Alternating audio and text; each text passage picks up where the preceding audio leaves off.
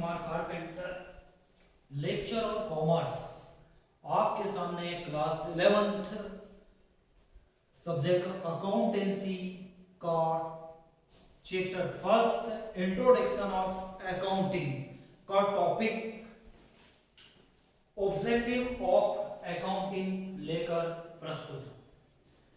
आज हम इसमें अकाउंटिंग के जो ऑब्जेक्टिव है वो देखेंगे। ऑब्जेक्टिव मतलब इसके उद्देश्यों को यहाँ पर हम देखेंगे कि जो अकाउंटिंग के ऑब्जेक्टिव है वो क्या क्या है। तो देखते हैं इसमें पहला जो पॉइंट दे रखा है, ठीक है, रिकॉर्डिंग बिजनेस ट्रांजैक्शन है ना। व्यापारिक जो बिजनेस के जितने भी व्यवसाय के जितने भी लेन देन है उनको रिकॉर्ड करना, ठीक है। अकाउंटिंग का काम क्या है, अकाउंटिंग का ऑब्जेक्टिव क्या है, जितने भी बिजनेस ट्रांजैक्शन होते हैं उनको रिकॉर्ड करना है।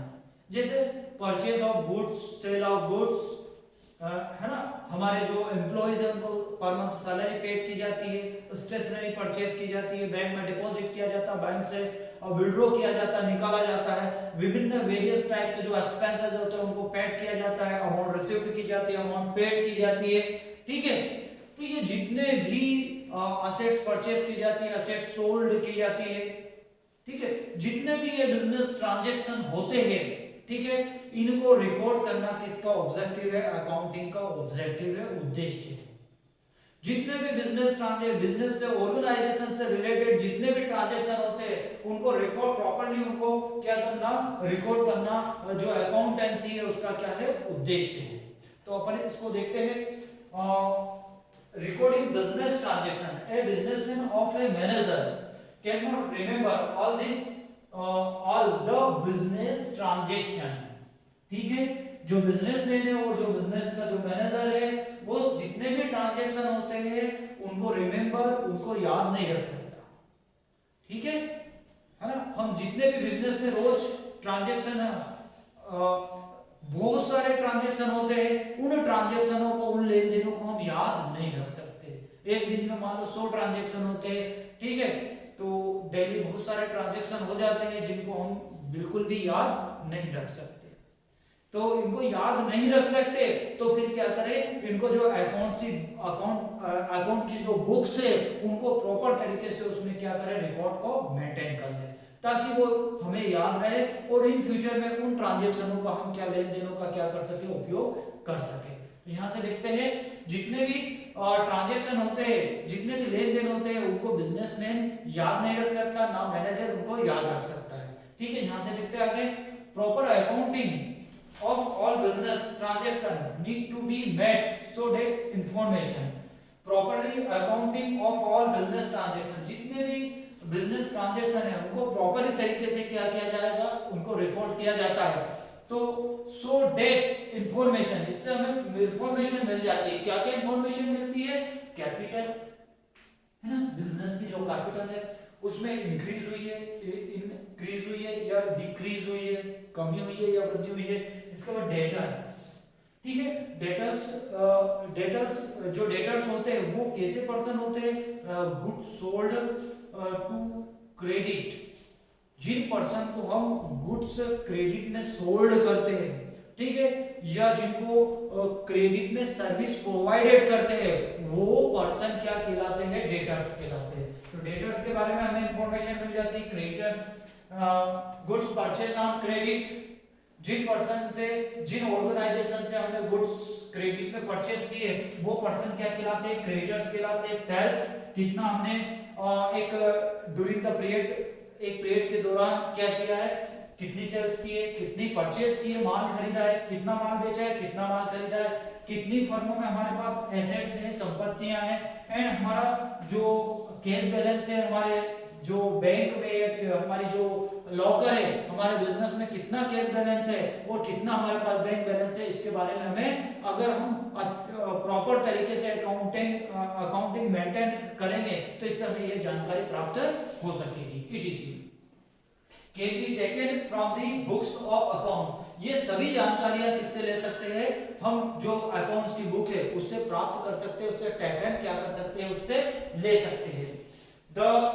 The basis objective, the basis objective of, है ना, अकाउंटिंग रिकॉर्ड बिजनेस ट्रांजैक्शन। तो जो अकाउंटिंग का जो बेसिस ऑब्जेक्टिव है वो भी यही है कि जितने भी बिजनेस ट्रांजैक्शन है उनको क्या किया जाए, रिकॉर्ड किया जाए। इसके बाद हम दूसरा पॉइंट देखते हैं यहाँ पर, ठीक है। दूसरे पॉइंट में क्या है, इसमें डिटरमाइनिंग प्रॉफिट और लॉस, डिटरमाइनिंग प्रॉफिट या लॉस, प्रॉफिट या लॉस का निर्धारण, ठीक है। तो हम ये जानते हैं कि बिजनेस क्या करता है, 12 मंथ बिजनेस करता है और एंड ऑफ द ईयर में जो बिजनेसमैन है और जो मैनेजमेंट है वो ये जानना चाहता है कि बिजनेस में कितना प्रॉफिट हुआ है और कितना लॉस हुआ है, ठीक है। तो ये जानने के लिए क्या किए जाते हैं, जो अकाउंटिंग है, ठीक है, जो अकाउंटिंग वर्क है वो किया जाता है, जो प्रॉपर तरीके से जो अकाउंटिंग वर्क किया जाता है। तो ये देखते हैं, और डिटरमाइनिंग प्रॉफिट और loss every businessman and the management, ठीक है, हाँ, of the organisation would be interested to if their business is, ठीक है, अर्निंग प्रॉफिट और इज सफरिंग लॉसेस। तो प्रत्येक जो बिजनेसमैन होते हैं, मैनेजमेंट होते हैं, उनका जो इंटरेस्ट रहता है, उनकी रुचि रहती है, क्या रहती है, किस चीज में रुचि रहती है, बिजनेस में कितना प्रॉफिट हुआ है और कितना लॉस हुआ है, ये जानने में उनकी क्या रहती है, रुचि रहती है ना। Business organisation maintain proper accounting system to record है ना रेवेन्यू एंड द एक्सपेंसेस। अगर जो बिजनेस ऑर्गेनाइजेशन है, अगर वो प्रॉपर तरीके से रेवेन्यू है ना और एक्सपेंसेस को क्या करता है, रिकॉर्ड करता है, तो हम क्या कर सकते हैं, बिजनेस का जो प्रॉफिट है या लॉस है ड्यूरिंग द पीरियड के दौरान क्या है, वो किसी अवधि के दौरान बिजनेस का प्रॉफिट या लॉस को हम आसानी से क्या कर सकते हैं, जान सकते हैं, ठीक है। यहां से एक बार और देखेंगे, ठीक है। Business organisation maintain proper accounting system to record revenue and the expenses. अगर बिजनेस प्रॉपर तरीके से रेवेन्यू और एक्सपेंसेस को क्या करता है, रिकॉर्ड करता है, तो इनके द्वारा क्या कर सकते हैं हम, बिजनेस का जो प्रॉफिट है वो प्रॉफिट या लॉस को क्या कर सकते हैं, आसानी से जान सकते हैं, ठीक है। अपन इसमें देखते हैं, also to ascertain profit of loss of the organization during a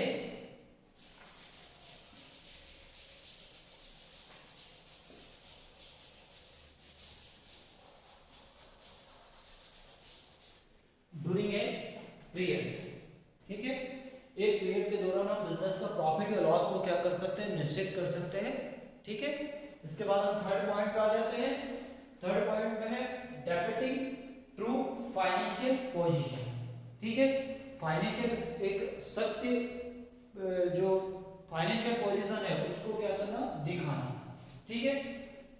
financial position of an organisation is depicted by its assets and liabilities on a particular date, ठीक है। बिजनेस की जो भी असेट्स और लायबिलिटीज होती है वो उसके द्वारा हम क्या कर सकते हैं, बिजनेस की जो फाइनेंशियल पोजीशन है उनको क्या कर सकते हैं, जान सकते हैं। किसी पार्टिकुलर डेट को बिजनेस के पास कितनी असेट्स है, कितनी लायबिलिटीज है, ठीक है, इनके थ्रू हम क्या कर सकते हैं, बिजनेस की फाइनेंशियल पोजीशन को क्या कर सकते हैं, जान सकते हैं। by its assets and liabilities on a particular date, particular date को बिजनेस की कितनी असेट्स है, कितनी लायबिलिटीज है, ये देखकर बिजनेस की फाइनेंशियल पोजीशन को क्या कर सकते हैं, जान सकते हैं। ऑब्जेक्टिव ऑफ अकाउंटिंग, बिजनेस का जो ऑब्जेक्टिव रहता है to it show the true financial position of a business organisation on a particular day, ठीक है। ऑब्जेक्टिव ऑफ अकाउंटिंग का जो उद्देश्य होता है, ठीक है, यह बताना होता है कि बिजनेस की सही फाइनेंशियल पोजीशन को बताना होता है कि किसी पार्टिकुलर डेट को, ठीक है, किसी पार्टिकुलर डेट को बिजनेस की ऑर्गेनाइजेशन की फाइनेंशियल पोजीशन कैसी है। बिजनेस का अकाउंटिंग का जो मेन ऑब्जेक्टिव रहता है वो ये ऑब्जेक्टिव रहता है कि बिजनेस की सही फाइनेंशियल पोजीशन को बताना ही उसका क्या रहता है, मेन ऑब्जेक्टिव रहता है। कि है ना किसी पार्टिकुलर डे को बिजनेस की जो फाइनेंशियल पोजीशन है वो दिखाना इसका क्या रहता है, मेन ऑब्जेक्टिव रहता है ना।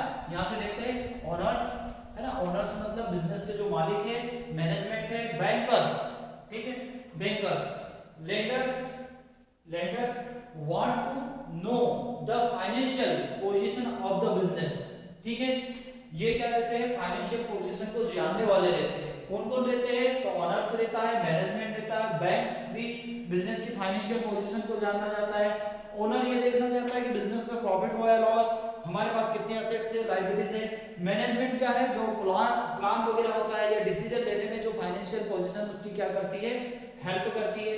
बैंकर्स बैंक को क्या करते हैं, क्रेडिट अवेलेबल करवाते हैं, लोन्स वगैरह अवेलेबल करवाते हैं। तो अवेलेबल करवाने से पहले वो क्या देखते हैं, उसकी जो फाइनेंशियल पोजीशन है वो देखते हैं, अर्थात उसके पास कितनी एसेट्स है, कितनी लायबिलिटीज है, मार्केट में कितना पैसा देना है, कितना लेना है, ये सब चीजें वो देखते हैं, ठीक है।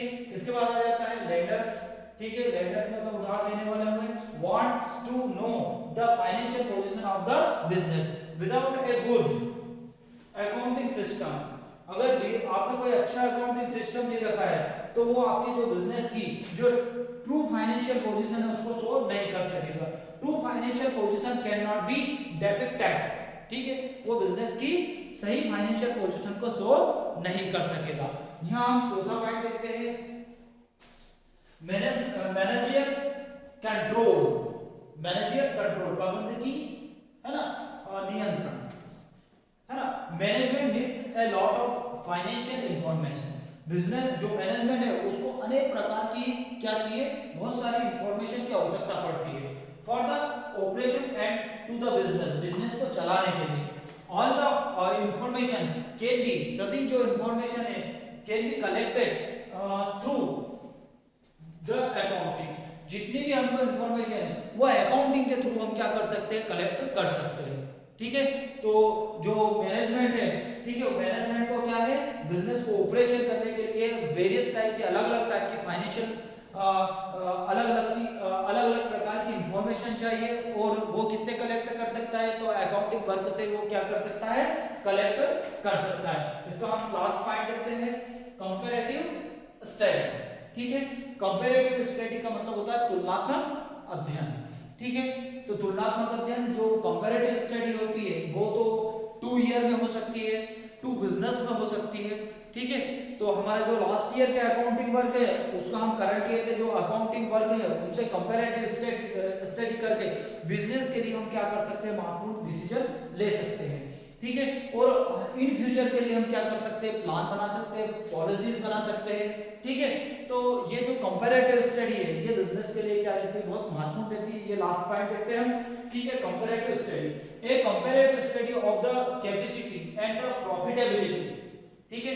कंपैरेटिव स्टडी के द्वारा बिजनेस की जो कैपेसिटी, उसकी क्षमता है और प्रॉफिटेबिलिटी, उसकी लाभदायकता है of the different year of the business, अलग अलग जो ईयर है उसमें उसकी कैपेसिटी है और उसकी जो प्रॉफिटेबिलिटी है, लाभदायक करने की जो क्षमता है वो कैसी है, can be done with the help of the accounting so that the weakness can be remove, ठीक है। हमारे जो बिजनेस की जो कह सकते हैं कि जो कैपेसिटी है, प्रॉफिटेबिलिटी है वो डिफरेंट ईयर में कैसी रही है, ठीक है, ये हम कंपैरेटिव स्टडी से क्या कर सकते हैं, जान सकते हैं। और हमारा जो वीक पॉइंट है उनको क्या कर सकते हैं, हम जान सकते हैं और उनको रिमूव कर सकते हैं। अगर हमारे जो वीक पॉइंट है तो इन फ्यूचर में हम उनको क्या कर सकते हैं, सुधार सकते हैं। तो यहाँ ये क्वेश्चन समाप्त हो जाता है। इसमें मेन जो 5 पॉइंट है वही बताया गया है, इसके अलावा भी बहुत सारे इसमें पॉइंट हो सकते हैं। धन्यवाद।